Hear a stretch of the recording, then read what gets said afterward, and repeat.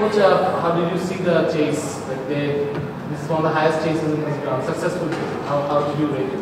I think it was a roller coaster ride because we didn't have the best of the, best of the starts. But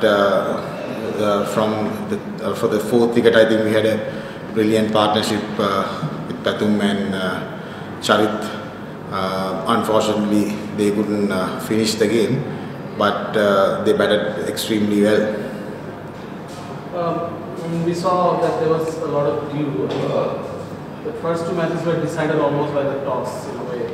Do you think that's good for cricket in I think comparing to the other day, today there was less dew because I can remember the first game, even when we were starting bowling from the ball one, there was dew. But today actually it came later on.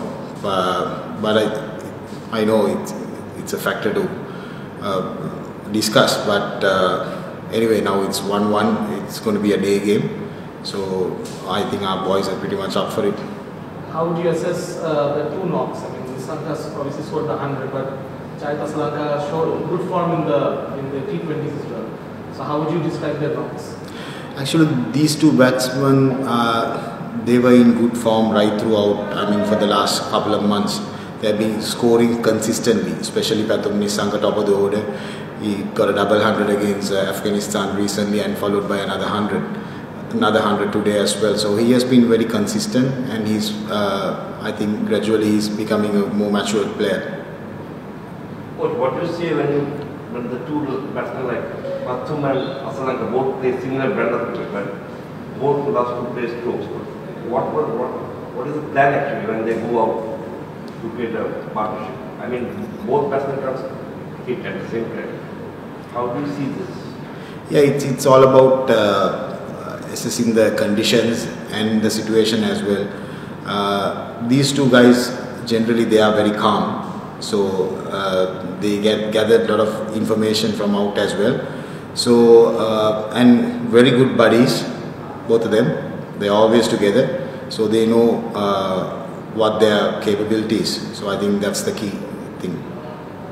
And what do you say about the last game? Because the last game it won't be there won't be any dew because it was a day game. So how do both the teams will have similar conditions? Yeah, interesting because the same thing happened in the T20s as well.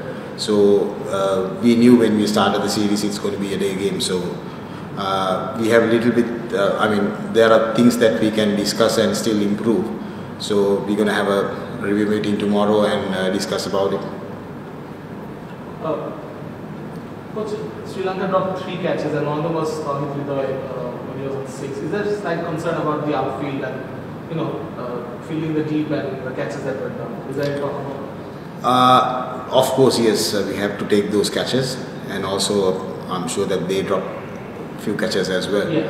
So that's what I told earlier. From bowling, batting, and fielding, from all 3 departments, there are areas that we can still improve. I'm sure that we haven't played a game yet, so most probably they will play better cricket in the 3rd one day. The last one. Sri Lanka obviously, like many teams after they don't make it to the semi-final of a World Cup, they're rebuilding for the next 4 years. And so you think guys like Pathum and Chad, they're the solid guys that we're going to take through with, Kusal also scoring runs sometimes, and then you have Sabida also. I mean, is this the core batting lineup for Sri Lanka going forward? Never know, because we have about good 3 years to go for the next World Cup, 50-over World Cup. But I'm sure selectors have a plan, because if you are planning properly, so then at least for the next World Cup we have about good 4 or 5 players who played at least 100 games. So which was, I think, which didn't happen the last World Cup. So we need the experienced players. So as long as they get exposure, so they'll do better. And what does Asalanka bring in this team? Because he knows how to bat. As far as his balance is concerned, when Asalanka comes in, how does that help?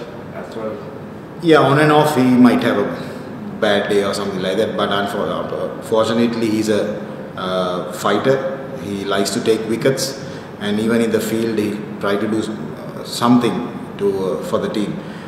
Same with him when he's going to bat as well. So he wants to score runs because he wants to become a good all-rounder in the future as well. Do you see that potential in him? Obviously, yes. He has been doing really well in the T20s.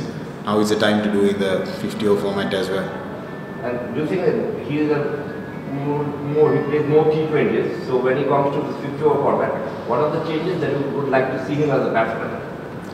As a batsman, I think pretty obviously he has to bat longer because in T20 he can change a game in 4 or 5 balls, but he has to bat long. And I always tell them to finish games.